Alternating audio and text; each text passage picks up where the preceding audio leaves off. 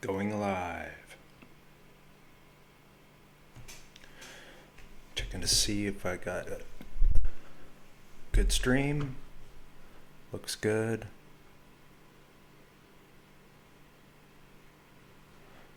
All right. Thought today I would add some narration to a video that I had previously uploaded to YouTube called Piranesi Prisons. And that video is the slideshow with a soundtrack, and it does not have narration to it. And it was my goal to add narration to it at some point. Sometimes I like to put out two versions of a video, one with narration and one without, with just the soundtrack. And today I wanted to see if I could do a slightly different way of adding narration to the videos, and that would be doing it through the LiveStream software OBS, which I've done a live stream on before. This one won't actually be a live stream. I'm just going to record it in OBS, and then if it turns out good with the narration, I'm going to upload it as the narrated version of the Piranesi Prisons. So, for those new to the channel, my name's Bill Miller, and the channel is billmillerflip. And I've got a pretty good collection of videos that I've posted up on the channel. I'm up in the 20s on good videos. And if you got time, check those out. They're all mostly related to the old world and different events in the old world, different places of the old world, photography of the old world, and information that's available on things that we see from the past. Primarily from the 1700s, 1800s, early 1900s. That's kind of my area of focus right now.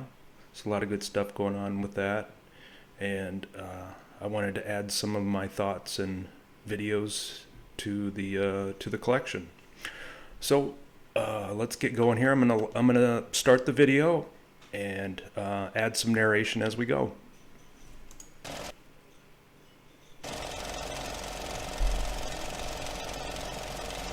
Old World Milwaukee is the production company that I've put together to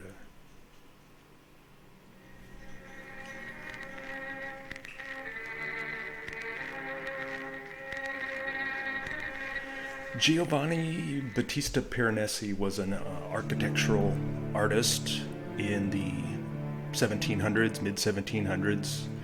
He's from Italy.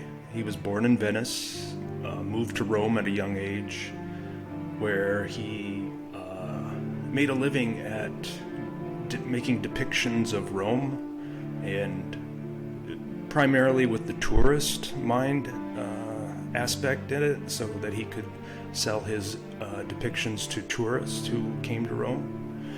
And he has a very big collection called the Vedute di Roma, the Views of Rome, and I'd like to do an additional video on those because he's got so many amazing works.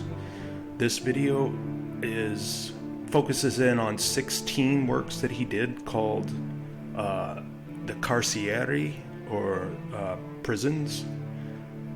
The mainstream narrative will have us believe that these are imaginary prisons, stating that these places didn't exist or don't exist, and they were all from Giovanni Battista Piranesi's imagination. And excuse me, I'm not an artist. I don't claim to be an artist, but I would think it would be very difficult to draw something of such complexity and such depth and so much information and detail from my imagination. Perhaps it happens all the time.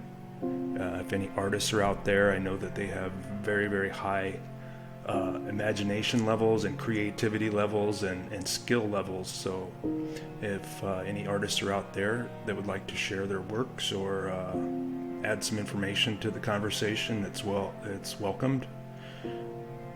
So some sources say that Piranesi experienced a a fever or a delirium, and as a result of this fever, these visions came to him, and he was able to turn them into these masterful etchings. And these etchings were done, I believe, from 1745 to 1750, over a 5-year period. Excuse me. And there's 16 of them, so, I mean, if we do a little math, that comes out to about 3 of these per year, 1 every 4 months. And, you know, that he must have had a very strong fever to have been able to have stuck with him these visions over the 5 years and not to have forgotten them. Some other theories that are out there that deal with this are perhaps these are places that actually exist or existed from the old world. And you know, if we go with that thought,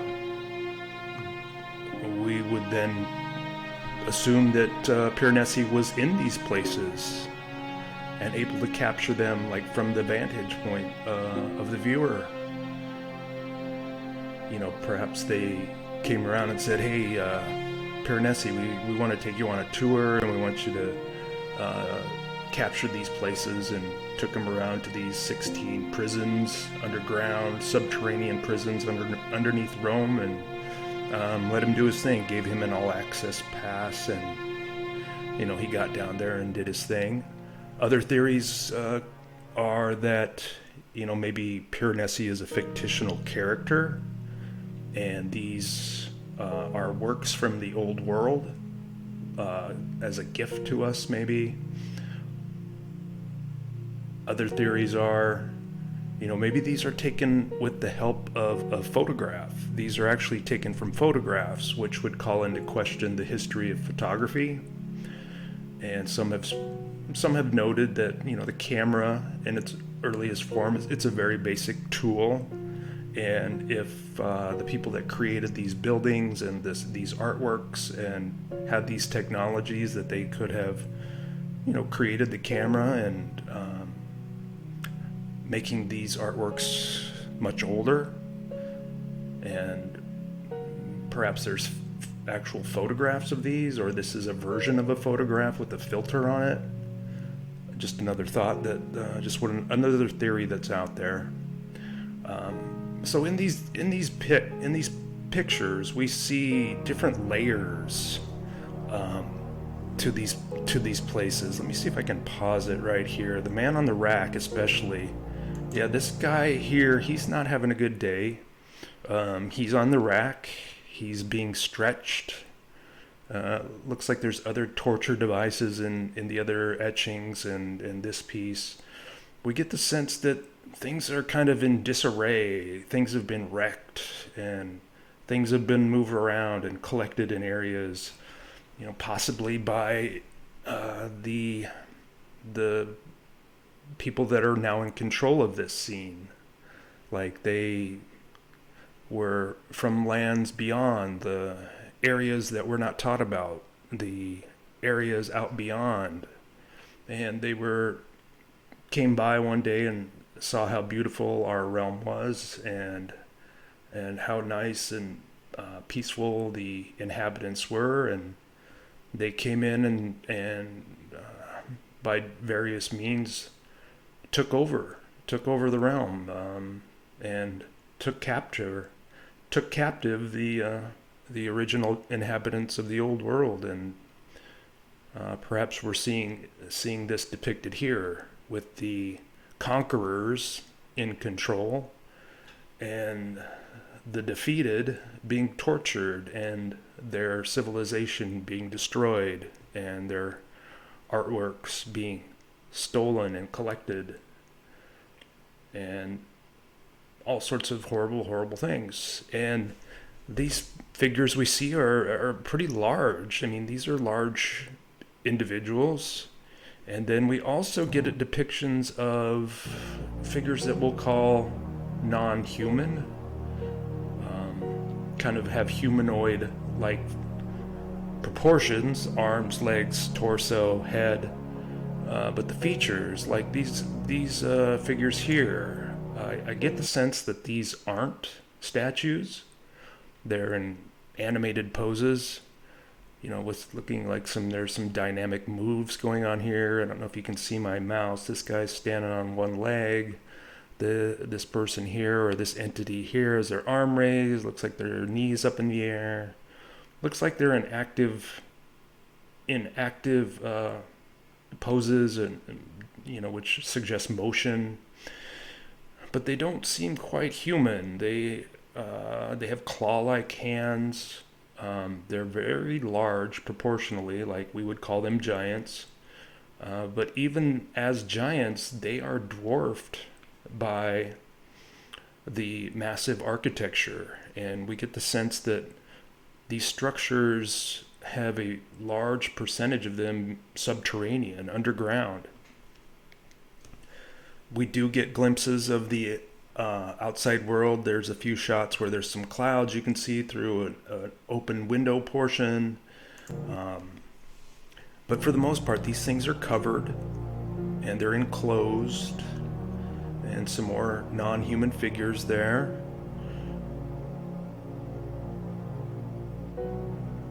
But the scale, I mean, it's just massive. And who built these and how did they do it? And see, this guy here, claw hand, not human, sort of reptilian looking, not a statue. Looks like there's motion there, but these are the conquerors. They've come in and taken over, and perhaps they're the ones in control today, and they're just operating from beyond, out hidden, and they have some parasite humans here that are representing them, and they're the ones that have gotten us into this mess today, fulfilling the wishes of the conquerors. And we get sense of levels here, like the watchers, the overseers, the lookers are up in the raised up portions, like and the prisoners are down below. And what do we have here? This always, like, what is that thing? Is it a statue? I mean, it's clearly huge compared to the smaller figures up on the balustrade, up on the second level, and the figure on the right with his arm extended. But that thing in the middle, centered, is gigantic. If that's the size of vessels that we're talking about, then yeah, I could see how millions or billions of those entities could, with high intelligence, build these structures. But perhaps these are the conquerors. Maybe they're just like the soldiers of the conquerors. But these works, the lines that are used are just like scratches, you know. It's just like how it's amazing how with light and dark colors and such complexity can be created with pencil and paper. It's amazing. The levels here are just mind-boggling. How did they build this, and what would it have been like to walk through these places? It's amazing. Let's see if I got good levels here. Always the stairway. Yep. Figures kind of surveying, checking things out. Objects of torture, like spike devices and chains and ropes, and very, very empty places. Not a lot of figures. They haven't been fully taken over yet or repopulated. Now, do these places still exist? Are these somewhere that we're not taught about? lands beyond, continents beyond, the overseers, the watchers. Now, if these places don't exist anymore, but did, perhaps they're just buried. We do get the sense that these are subterranean places, where was there an event that just fully buried them and they're down below our feet somewhere? I could see that being possible. Here we do get a sense of the outdoor world, clouds in the sky, more animated figures, and then we get these bas reliefs, gigantic artworks on the side of the wall, and then down below kind of a darker scene with the chains and the heavy ropes and the wheels and machinery. But again, the scale, it's absolutely massive. We get lamps. Are those electrical lamps or are those gas burners? It's hard to say there. I mean, that could be a gas burning lamp. A lot going on here in the Lion Bas Relief Prison 5 etching. So many layers. Animated figures, movement. Up in the right-hand corner, top corner, we get the sense of the outdoor world above us and beyond us, with clouds in the far-off distance, and these non-human entities, large timbers and chains and ropes, and these guys, are they playing shuffleboard? I don't know. There's on some sort of amusement park ride there, it looks like. A couple of these could be statues, but these look to be in motion. And beyond the still organized world, it looks like. It hasn't been destroyed too much. And we get the levels where if you're placed down in the bottom of one of these things, how do you get yourself out?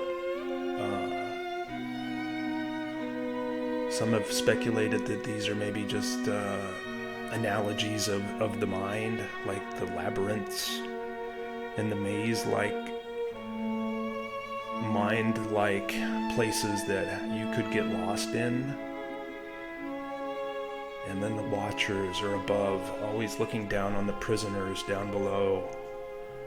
I mean, we're talking hundreds of yards away. These things are huge. Multiple levels going further and further down. And here we have the prisoners on the platform as the etching, let me fast forward that again. As the name of the etching. Hope I haven't messed that up too bad. I can get back there. Prisoners on the Platform was the name of that one. And you get... There we go. I just had it. So the prison guards, we'll call them, they're up high, and then the warden and his security officers running the show, looking down, keeps going down, almost indefinitely, it seems like. There we go. So these guys, they're the ones that are having a bad day. They're the prisoners. They're bound, tied to stakes and poles, and they also don't look human, but that would make us wonder, are they from the old world, but they're prisoners now because they've been defeated? Did the old world inhabitants look like this? Or are these part of the conquerors, the parasites that came in and they maybe pushed it a little too far, or the controllers, the warden, no longer needed their services and for his army, and they had to get rid of him because they were too much of a liability, or it's hard to say. But they don't look human. They look very large, muscular, and they got some scary features.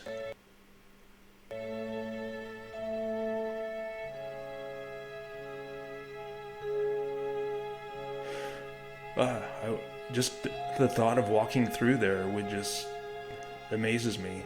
I mean, these etchings are in a way of kind of like time travel, like placing yourself back there and allowing yourself to envision what it was like back then. To witness these things being built would also be amazing. Perhaps there's video of it somewhere, I don't know. That should say Prison 7 down there, the drawbridge. The works did come on different plates, but I didn't switch that over to Prison. That should say Prison 7, the drawbridge. Looking like torturous devices going on down below. Pain, sorrow, agony. And then people kind of having a chat on the stairs, walking around going, hey, did you find a way out of here yet? No, I haven't found a way out of here yet. While the onlookers above are like, yeah, they're never going to get out of there. Way up there, imagine leaning over that balustrade going, wow. Some more non-human entities, very large scale, but still small in comparison to the structures. Some of Piranesi's future works are much more crisp and finalized, whereas these etchings, they still look like they're kind of raw and unfinished, but that's kind of the nature of that art form, that artwork. But still, even just imagine sliding your pencil back and forth on a white piece of paper and coming up with these. It's like I said, I'm not an artist, but I know that there's really talented and creative artists out there that do this kind of stuff all the time. Perhaps to this scale, I don't know. But these levels and the hallways and the stairs, very steep stairs. I noticed that too. The stairs are pretty steep. The round tower, maybe a old world power station. I don't know what its use was, but I mean, it kind of does have that look that perhaps there's some sort of energy being created inside there. Pulleys and ropes of massive scales. Are those gallows or those nooses, or are they just for lifting heavy things? The onlookers and the vaulted arches that are hundreds of feet in the air, and these small scouting parties that maybe their job is to kind of keep an eye on the place. Everybody's kind of doing their own thing, taking in the views. A couple of times, going through there at a few different times. One would be during its construction. Two would be after construction with the original Old World inhabitants who built the place in their Old World ways would be an amazing thing to witness. And then the sadder, more negative era would be the takeover. These things have come in and taken over and are wrecking things, because I don't think the original inhabitants would abandon their works like this. It looks like there was a takeover, if you ask me. But to get this much detail out of pencil and paper, and they have to be engraved, but Piranesi was said to have been an original draftsman too, so he was a very skilled person if we go with the mainstream narrative. These look like, these things down at the bottom, they remind me, I shout out to Martin Liedtke over there at Flat Earth British, over there in Wales. These remind me of the empty night setups that he's spoken about, where it looks like it could be like an empty helmet and an empty vest, but I could be wrong. But anyway, big shout out to Martin over at Flat Earth British. Love his work. Watch him every Saturday. I think he's got the convention going on this weekend, so I'm looking forward to hearing back about that. Keep us posted, Barton. You're doing some good work. Thank you. But that reminds me of that. I mean, it does kind of look like a helmet with like some feathers on top and some other wardrobe kind of pieces down at the bottom of the stairs. These stairs aren't as steep, but those are pretty steep. I wouldn't want to go up that way. Those back there look really, really steep. Those are really steep stairs. Oh my gosh. And what is this plaque, this giant depiction up here on the wall, like a poster? Kind of, perhaps looks kind of Germanic. I don't know. Noting where you're at. Like you could look up and determine by that where you were. These timbers look like they're need replacing, or something's worn them out, or they're part of the construction. Maybe there's ongoing construction. These entities look like they're rough for wear. They've had a hard weekend, and this guy, he's in control. He's shaking down people, frisking them, asking for his payoff. Perhaps for a map with the directions to get out of that place. So as the video winds down, I hope I'm getting good levels. The idea was to drop down the soundtrack in the background a little bit, and then narrate over the top of it and have a good mix. It looks like I've maintained pretty good levels throughout the video. Fingers crossed, and I can upload this to YouTube, and this will be a viable option for future narration. I've got some other works coming up, so keep your eye out for those. Piranesi, was he a madman? Was he an artistic genius who had a fever and as a result had visions, and those visions allowed him to draw places that didn't exist?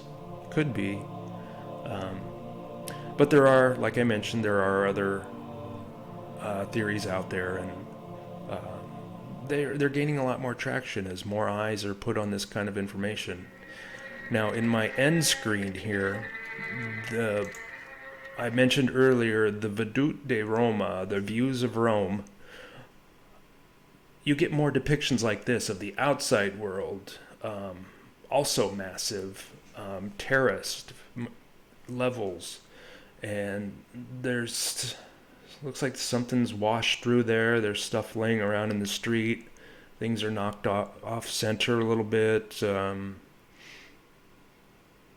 in some of the other depictions that you'll see, if you research them, the roads are mudded over.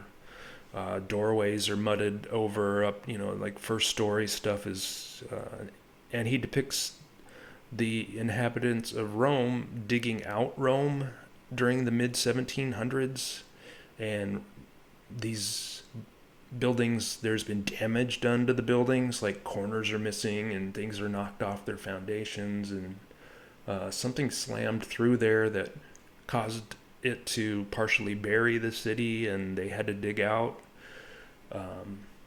which brings up some other areas of research, like the mud flood. These works lend themselves to that kind of stuff. And then there's also Phrases like X Factor event, where something's destroyed these buildings, like in a meltdown, which you can also see in some of the works. So, I wasn't there, so I can't tell you for sure what happened, and there's a lot of good ideas of what could have happened, and I think it's good just to kind of keep my eye on the different ideas out there, not plant myself into one firmly until I know better. So continuing research is the way I'm going to go. Kind of wary of the mainstream narrative. Enjoy researching topics further, and you don't have to go too far off the beaten path to start getting it into information out there that directly challenges the mainstream narrative. But I've found out the hard way that people don't want to be presented with that information if they're not ready. It can actually have an adverse effect if you present it to them.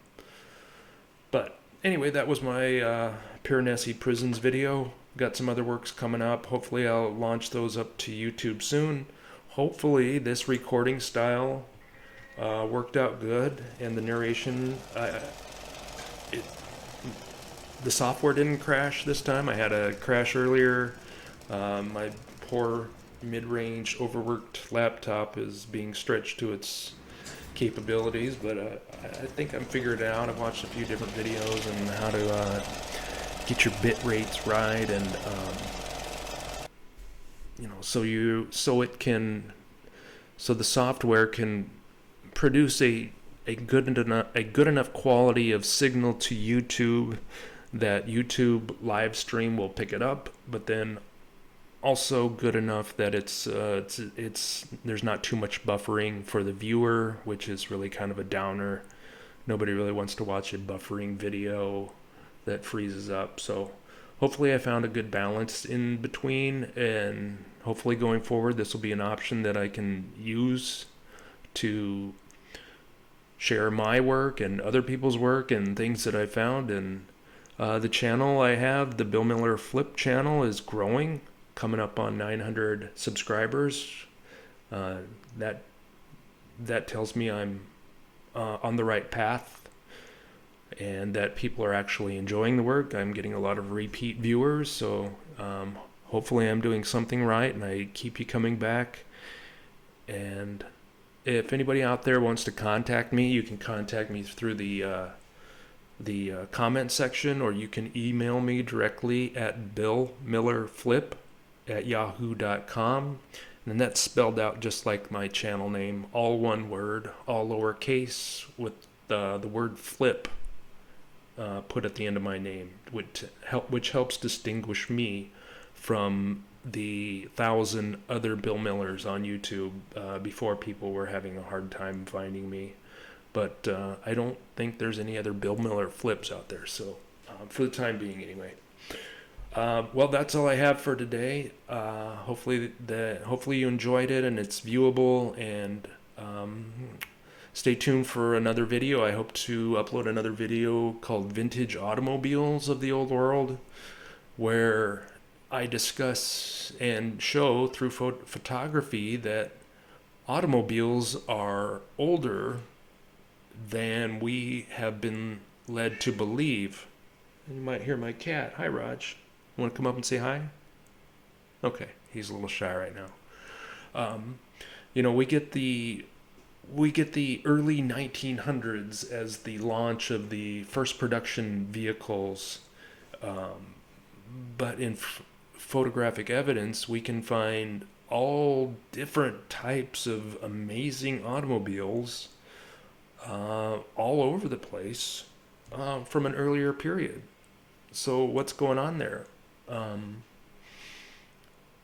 I have a feeling that the automobiles are much older than we've been led to believe, and that they are an invention of the old world, one that has been hidden from us and presented to us in a way that the people in control like back then it would have been the robber barons, and presented us in a way that the robber barons could capitalize upon and squeeze out as much money out of the inhabitants as they could, lining their pockets and creating a civilization reliant upon gasoline, automobiles, tires, and that kind of thing, instead of free energy, renewable, efficient, inexpensive travel like airships, dirigibles, electric tram systems that were found in every city, and all the other good ones. Inexpensive, free energy, made for every inhabitant to easily use every day, and for some reason the parasites that control this realm got in control and had to have all of those destroyed so that they could introduce their forms to us, which required us to be self-reliant upon them and throwing all our money at them to get around. So but with that, I'm gonna head out here. Enjoy your day. I'm here in Milwaukee. Looks like a pretty nice day out. It's about 2 in the afternoon here. I know I got some viewers from Europe and some in Australia, so it's exciting to know that people all around the plane are watching my videos, and I hope to hear from you soon. And if you want to consider doing a live stream with me or sharing some of your work with me, I'd be glad to hear from you, and we can talk about that soon. But until then, have a good one.